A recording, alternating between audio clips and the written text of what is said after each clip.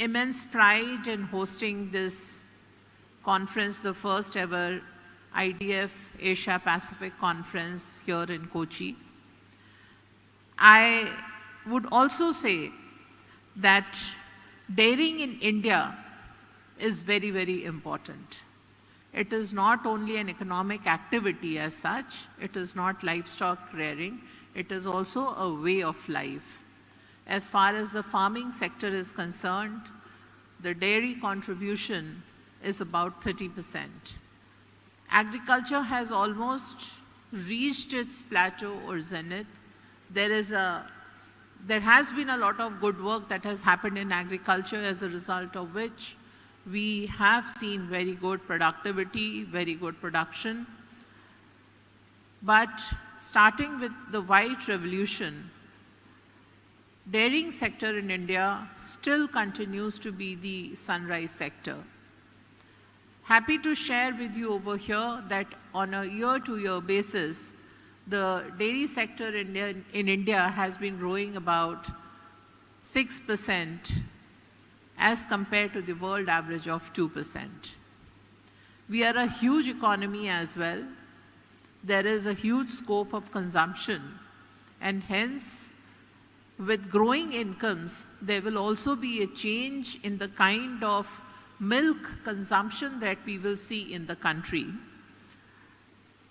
There is often a talk about how we should value add and how we should invest ourselves in exports. I would like to mention over here, there is no particular reason to worry.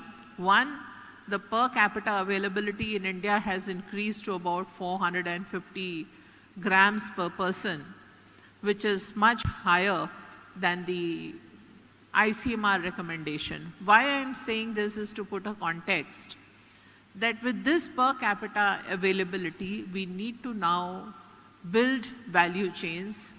We have to work in two ways. It has to be a two-pronged strategy. Number one, now we need to increase the productivity of our animals, and two, we need to change the nature of milk consumption, which is supported by the growing economy of the country. In the past, we have seen that there's a huge consumption rise in value-added products, be it curd, be it ice creams, be it different kinds of yogurts, probiotic, etc. There is a huge jump in consumption, and I think this market, as I said, is the sunrise market. There is plenty of space for both the private and the cooperative sector to grow parallelly.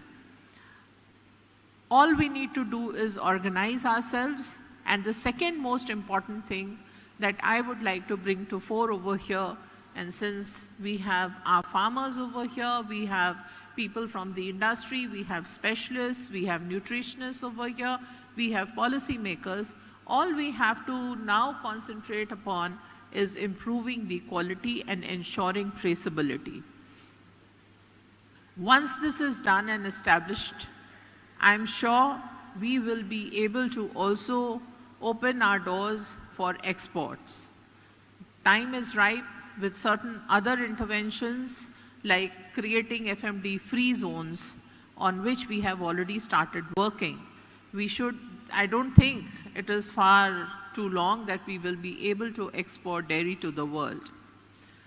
Amul has started the process.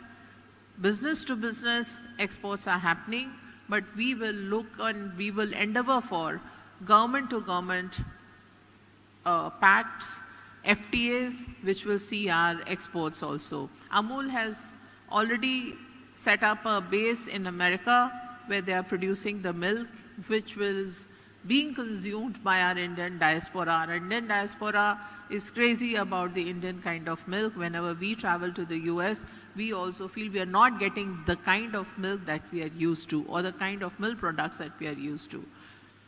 So there is a lot of space for all of us to improve over there.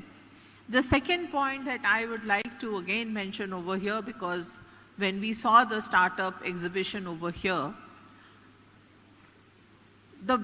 I'll again set a context to this, that we have to understand that livestock health is the backbone of production and productivity. We have to invest, the country has to invest more in livestock health. And when we say the country has to invest in livestock health, we also need to understand that we have to have better technologies, we need to have better vaccines, we need to have better medication for various diseases. We saw a very good intervention for cure of mastitis. There were several other startups who demonstrated their capabilities. I think we now have to actively look at intervention of technology, and which is happening in all parts of the country, but we need to streamline this and invest and help the ecosystem, the startup ecosystem, to invent more and to spread their wings even more. At this point in time, there is something that I would like to bring forth before the House over here, is the climate change and the real threat posed by climate change. So everybody has been talking about the threat to agriculture as a result of climate change. But very rarely does this get talked about as to how it will impact livestock amongst the policy makers. We have to start raising the alarm. We need to ring fence. And climate change is happening. We're all seeing number of hot days, warm days are increasing. The rainfall pattern is a little erratic. Many parts of the country which never saw rainfall are now getting flooded. So with all of this, there is a need to ring fence the economic interest of the farmers. One of the things which is to be driven home amongst all the farmers is how to reduce the risk, one, with interventions which prevent climate change affecting each one of us, but at the same time, insurance. Livestock insurance is very, very important. And I'm sorry to say over here in the country, we have only 1% coverage of livestock insurance. We need to have better products, and this is something we need to take upon globally, because this is not going to just affect India or impact India. There will be many countries which will be impacted by the climate change, which will pose a real economic threat to us. I would again like to mention another thing, and which I'm sure a lot of countries are facing, is the fodder shortage or availability of good quality feed. One aspect of production is livestock health. The other aspect of production is good, nutritious feeding to the livestock sector. We have to work together in this. We have to find innovative ways. We have to find ways in which the shortage of fodder can be circumvented. We are seeing a number of silage units coming up, which will help in preserving the fodder during the seasons when green fodder is not there, mixing it up with good quality and the ration balancing, as I would say. Making all of this affordable would be another challenge. So this is another area on which we would be deliberating. I think there are a lot of innovations happening in this sector.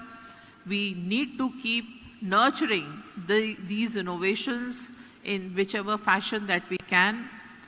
One of the important things that NDDB has done, and I'm sure it is happening in the private sector also, develop the entire value chain in the livestock sector, from feeding to health to dairying and also manure. So the waste to wealth concept has to be taken care of, and we need to have these value chains as well, which will help in improving the incomes of the farmers. I am confident that the deliberations during the conference will be very fruitful. They will help draw a global agenda and help many countries to align their policies on the basis of this global agenda. So thank you all for listening to us, and thank you all for coming and participating over here. I wish you a very happy and pleasant stay here in Kerala. Thank you.